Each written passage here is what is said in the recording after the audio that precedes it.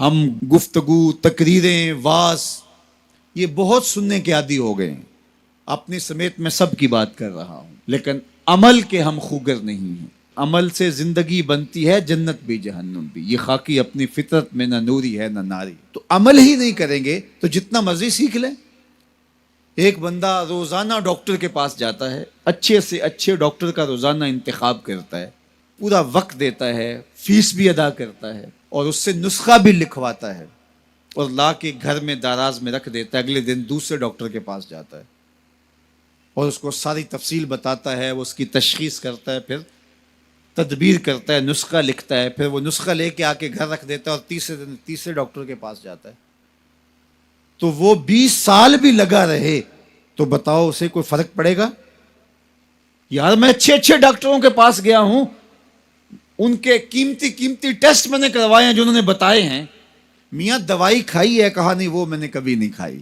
جاتا ہوں، ڈاکٹر جو کہتا ہے یہ ٹیسٹ کروا کے لاؤ، وہ ٹیسٹ بھی کروا کے لاتا ہوں، تشخیص مکمل ہو جاتی ہے، پھر وہ نسخہ لکھتا ہے، لا کے داراز میں ڈال دیتا ہوں. میڈیکل سٹور پہ کبھی نہیں گیا، دوائی خریدی نہیں، کبھی استعمال نہیں کی. روزانہ ڈاکٹر بدل لیں، لیکن اگر دوائی استعمال نہیں کریں گے تو کس طرح صحت پر کچھ اثر پڑ سکتا ہے؟ یہی تو ہم سب کر رہے ہیں. تقریریں روز سن رہے ہیں، واز سن رہے ہیں، تلقین سن رہے ہیں، لائیو بھی سن رہے ہیں، میڈیا پہ بھی سن رہے ہیں، الیکٹرانک میڈیا پہ بھی، سوشل میڈیا پہ بھی. اتنی ماضی کے اندر تو لوگ تقریریں نہیں سنتے جتنی آج سن رہے ہیں. لیکن سن رہے ہیں، جس طرح ڈاکٹر سے دوا لکھوا لی اور لا کے دراز میں ڈال دی. یہ ساری چیزیں ہم سن رہے ہیں لیکن کبھی عمل کی طرف نہیں گئے.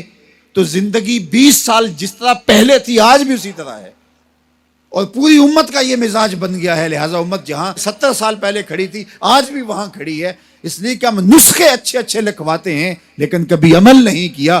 اگر عمل کے خوگر بن جائیں تو ہماری زندگی بدل جائے اور یہ امت مسلمہ جو پستیوں کا شکار ہے یہ عروج اور بانکپن کا نور پا جائے. تو عمل کے خوگر ہم اپنے آپ کو بنائیں. ہمارا صرف سماعت کی حد تک دین ہے. وہ ایک غیر مسلم نے اسلام قبول کر لیا، نوجوان تھا.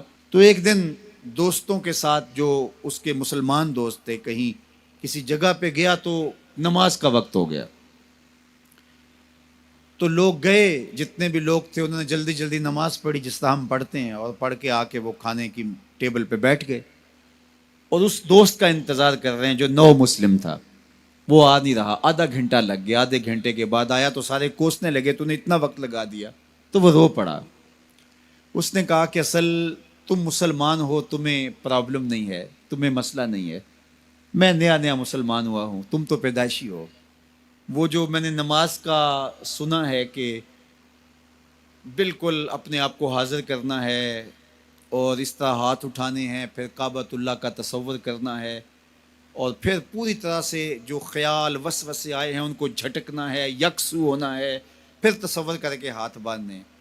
تو مجھے اس پر کچھ وقت لگ جاتا ہے اور اس لیے لیٹ ہو گئی. اور تم تو ماشاءاللہ پیدائشی مسلمان ہو، تمہارے لیے تو یہ مسئلہ کوئی نہیں، تم تو ایسے جاتے ہو، کھڑے ہو جاتے ہو. تو میں نیا مسلمان ہوا ہوں، تو میرے لیے 15-20 منٹ تو اس کام پہ لگتے ہیں. تو وہ بیچارے بڑے شرمندے ہوئے کہ ہم تو نماز بھی پڑھ رہے ہوتے ہیں اور دکان کا سودا بھی بیچ رہے ہوتے ہیں. ہم تو نماز بھی پڑھ رہے ہوتے ہیں، ہمارا خیال کہیں اور بھٹک رہا ہوتا ہے. ہم نے کبھی سوچا ہی نہیں ہے کہ ہم اس تصور کو پختہ کر لیں. اس نے بھولے انداز سے کہا اور وہ سچے دل سے کہہ رہا تھا، تم پیدائشی مسلمان ہو، تمہیں تو مسئلہ ہی کوئی نہیں ہے، جاتے ہو یوں کھڑے ہو جاتے ہو. لیکن مجھے 10 منٹ 15 منٹ لگتے ہیں کعبۃ اللہ کا تصور سامنے لاتے ہوئے، خیالات کو جھٹکتے ہوئے. یہ پریکٹس ہے اسلام کی. ہم صرف رسمی مسلمان ہیں. اقبال علیہ رحمہ نے جب شکوہ کیا نا، تو شکوے میں ایک بات یہ بھی کہی کہ واعظ قوم کی وہ پختہ خیالی نہ رہی، برکے طبعی نہ رہی، شعلہ مکالی نہ رہی، فلسفہ رہ گیا، تلقین غزالی نہ رہی، رہ گئی رسم آزاں روح بلالی نہ رہی، مسجد مرثیہ خواہیں کہ نمازی نہ رہے، یعنی صاحب اوصاف وہ حجازی نہ رہے.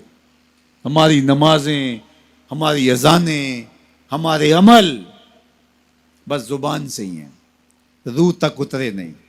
دل مومن ہے تیرا نہ میرا، تو بھی نمازی میں بھی نمازی. جب تک اس کو نہیں بدلیں گے، کہتے ہیں کعبے گیا گل نہیں مک دیجئے دلو نہ مکائیے.